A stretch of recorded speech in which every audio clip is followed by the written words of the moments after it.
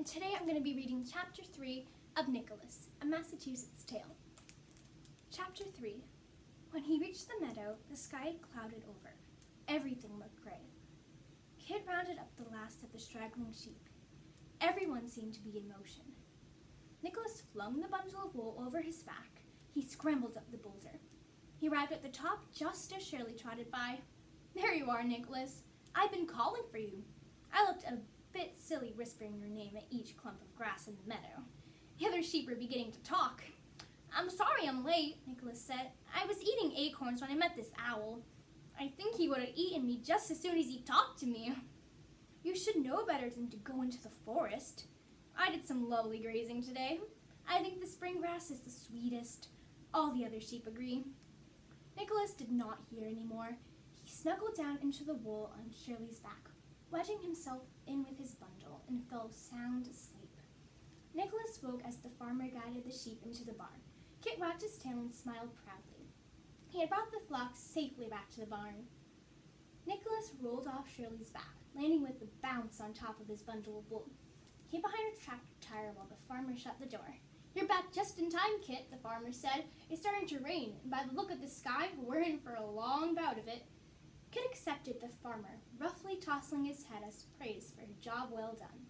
When he got home, Nicholas had to tug on the grass strap to pull the bundle through the mouse hole. "I did it, Mom. I told you I would get all the wool you needed." Nicholas tugged on the blade of grass, and the wool came in with a pop.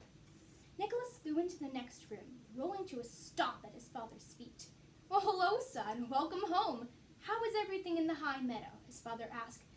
"I'm just home myself. I need to take care of a few things with this rain coming. The farmer was out planting today, so we'll have some dried peas for dinner tonight." "I gathered all the wool I could carry. Come see, I'm not hungry. I ate too many acorns today. They were everywhere on the forest floor." Nicholas stopped. He remembered his father had told him not to go into the forest. "Oh, I didn't mention," Nicholas quickly added.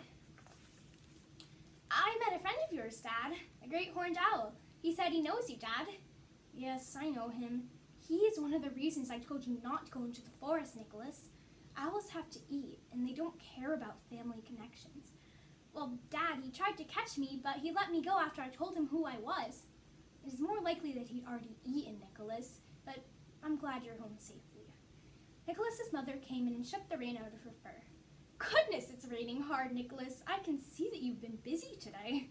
She squeezed by the bundle of wool. "Mom, did you know that the sheep like the sweet grass on the high meadow best of all? They told me so. I met an owl today who knows Dad." "Nicholas, slow down a little," his father cautioned. "We'll have plenty of time to talk after dinner." The mouse house was underneath the farmer's kitchen stove, and the heat from the wood stove warmed them nicely. Nicholas curled up, twitching his whiskers and licking his paws. His mother began to tease out the huge ball of wool into more manageable piles. His father paced back and forth, deep in thought.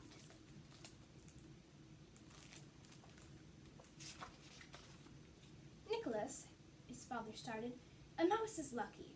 We can live almost anywhere and get along with almost anyone as a neighbor. We are fast and smart and notice everything around us. It is true that we have to watch out for some animals, such as the great horned owl. Because we are always wary, we see things most others do not. And when we see things, we try to remember them. For as long as anyone can remember, my family has recorded what we've seen in a journal. Both your mother and I make entries in the journal. We have not written in it every day or for every occasion. We have tried to record the things that are important to us. Do you know what I mean, Nicholas?" "I think so, Dad. The owl told me about the journal. Can I see it? I noticed a lot of stuff. Maybe I can write in it too." "Well, for now, I want you just to know about the journal. I'll show it to you someday soon. A mouse has to grow up quickly, and your turn to keep the journal will come along someday. Nicholas," his father added, "all your brothers and sisters have gone out into the world. We have kept you at home to teach you how to write and to let you learn about the journal so that someday you can take over from us. Now, clean up and head off to bed." Nicholas fell asleep thinking about the things his parents had said and listening to the steady drumming of the rain outside. And that's Chapter 3. Tune in for Chapter 4.